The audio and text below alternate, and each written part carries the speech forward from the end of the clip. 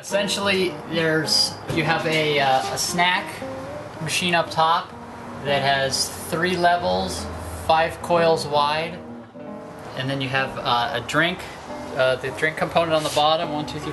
So six different varieties of drinks, and displayed right here, easy to set up in the main window. And then this the bill validator accepts 1s and 5s, and fully programmable, very easy to program. And then it also has the credit card reader as well, already built in. So brand new machine, it's this year's model, and very reliable. Remote control management. Oh yeah, remote control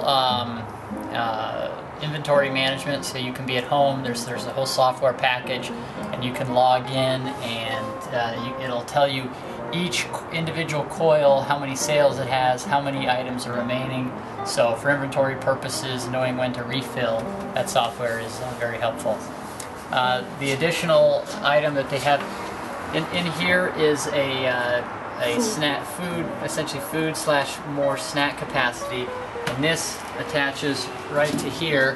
So it comes out right here and gives you much larger snack and food, and meaning food, dried food, so they have to be canned soup or dried soups, microwavable items. But it's not refrigerated, so it's any kind of dry storage good.